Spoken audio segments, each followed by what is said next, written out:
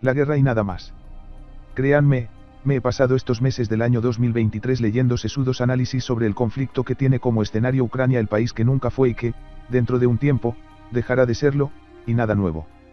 Anda poco fino el personal en el tema de Ucrania, cuando no desafinado del todo, salvo uno que otro, que acierta en parte, teniendo la prudencia de no entrar en otras mareas, lo cual es de agradecer.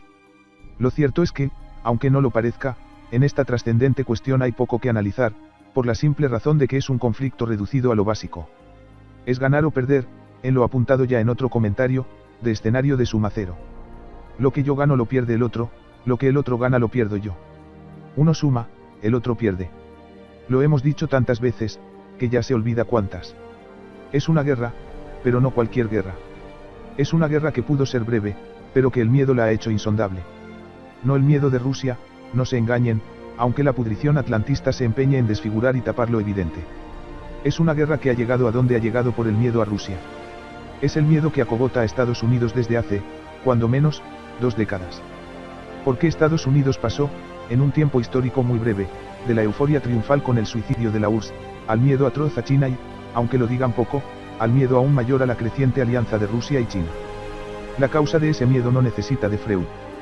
Para Estados Unidos, un país que ha llenado su historia bélica sobre el genocidio de los pueblos indígenas, la esclavitud de los negros, la intervención de países miniatura o la invasión de países indefensos, verse, de pronto, confrontado con 2 cíclopes, mayores que Estados Unidos en territorio, población, recursos, poder militar y etc., está provocando pasmos, temblores incontrolables y muchas horas de desvelo. Piénselo en términos humanos. Usted es el matón o la matona del barrio o de la escuela, da igual. Durante años ha repartido sopapos, mamporros y palo a niños de 6 años y ha impuesto un régimen de dominación y miedo. Y así, tan feliz. De repente, aparecen 2 de su tamaño, pero más musculosos y fuertes, que, además, son amigos. Usted se da cuenta de que su régimen de dominio y miedo toca a su fin y corre a reclutar una banda de aliados para que peleen por usted. Pero tampoco. Los otros 2 musculitos también tienen amigos, y son más numerosos. De repente, uno de los 2 musculitos entra en pelea y usted quiere aprovechar la ocasión para dejarlo fuera de combate, pero, para su desgracia, resulta más fuerte de lo pensando y le complica el panorama, a tal punto que debe decidir entre buscar un acomodo o pelear hasta morir. Como no quiere perder su reinado, duda, y en esa duda se enreda más. En los sesudos análisis visitados, se olvida demasiado a menudo que la política y la economía, la pintura, los calzados, la comida, etc., la hacen humanos comunes, no superhombres, con todo lo que eso significa, de manera que no hay, en esos gerifaltes, nada que los haga excepcionales. Claro, todos somos iguales, pero unos más iguales que otros. Aristóteles, Fidias, Julio César, Miguel Ángel, Descartes, Newton, Einstein, Marx, son de esos, pero esos son la excepción que confirma la regla. También es justo señalar que imperios y países tienen periodos de esplendor, resultado de que coincidan en el tiempo circunstancias felices y personajes brillantes. Entre Augusto y Trajano Roma alcanzó su mayor gloria y expansión. Felipe II hizo de España el primer imperio mundial, Francia tuvo su Luis XIV y Estados Unidos el regalo de 2 guerras mundiales.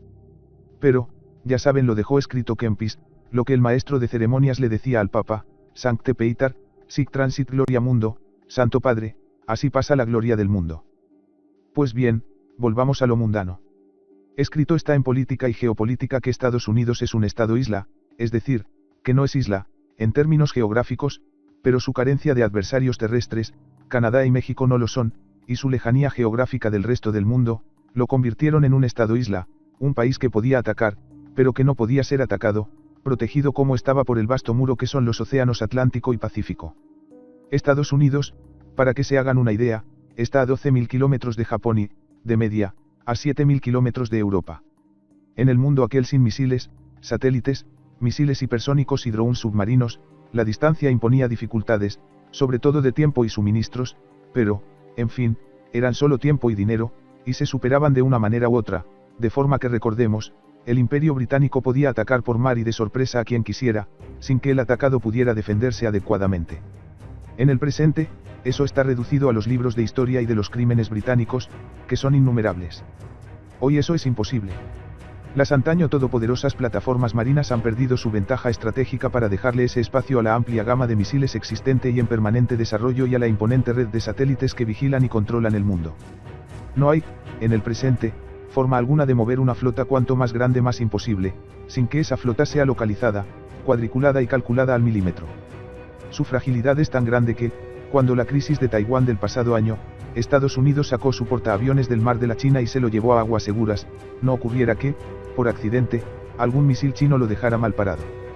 Uno de los propósitos de los drones submarinos rusos Poseidón es colocarse debajo de una flota con portaaviones y, ¡boom!, explotar.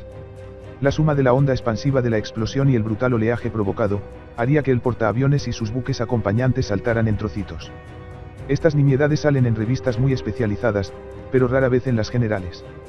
Por esa razón, Estados Unidos necesita perentoria y absolutamente satelizar países y regiones enteras para minimizar al máximo una realidad, fuera de los armamentos y las tropas que mantiene acantonadas en decenas de países.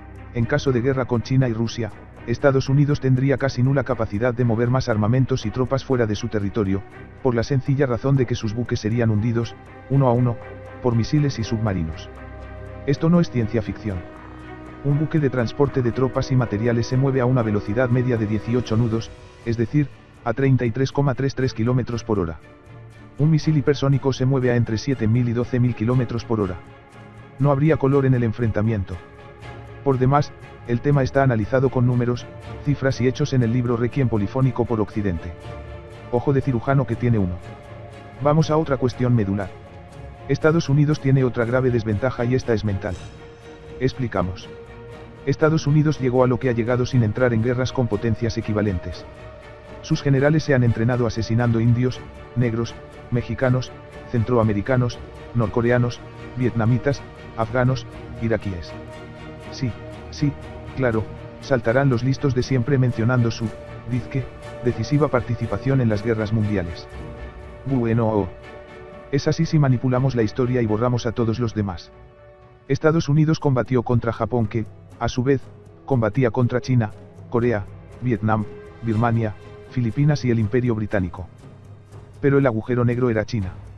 Japón tuvo que destinar el 50% de sus recursos a China y un tercio a los otros frentes de guerra. De esa guisa, Estados Unidos dedicó el 90% de su poder a luchar contra un tercio del poder japonés. Fue, aquello, pelea de tigre suelto contra burro amarrado. Así quién no. Aunque Estados Unidos no hubiera intervenido, Japón no habría podido ganar jamás aquellas guerras.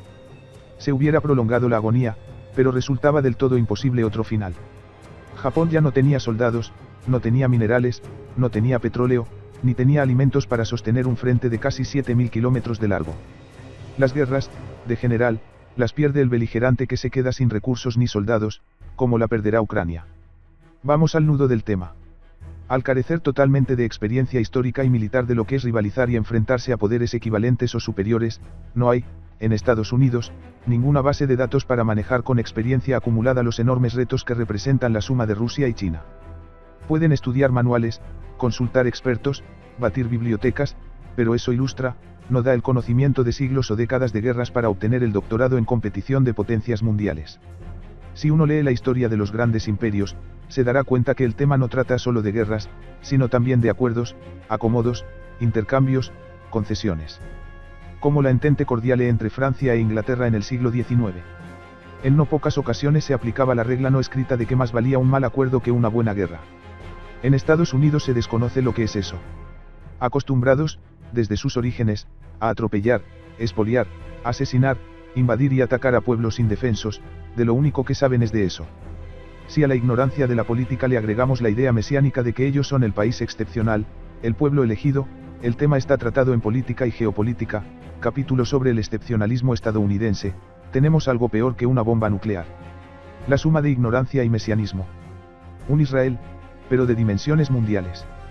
Como tener a Netanyahu ese discípulo de Hitler de presidente de Estados Unidos. Pueden imaginar, ahora, lo cerca que podemos estar del apocalipsis. Debido a su historia, Estados Unidos no sabe lo que es negociar entre potencias. Tampoco entiende de líneas rojas ni de respeto a la palabra dada. Si uno se toma la molestia de seguir las relaciones externas de Estados Unidos se topará con enormes sorpresas. La primera, que, para el establishment que gobierna el país, el derecho internacional tiene un rango inferior a su derecho interno, es decir, no tiene ningún valor, salvo para usarlo como arma arrojadiza contra sus enemigos. Por ejemplo, las declaraciones del secretario de Estado Blinken: a la mayoría de los estadounidenses no les gusta ver a un país grande acosando a otro, simplemente sienten que está mal y quieren hacer algo al respecto. Parece un chiste, pero no, lo dijo, sin que se le moviera una ceja. Declaraciones de este tipo, cínicas y sin vergüenza, pueden encontrarse desde el origen de Estados Unidos. Por esa razón, en Ucrania, solo habrá guerra y más guerra.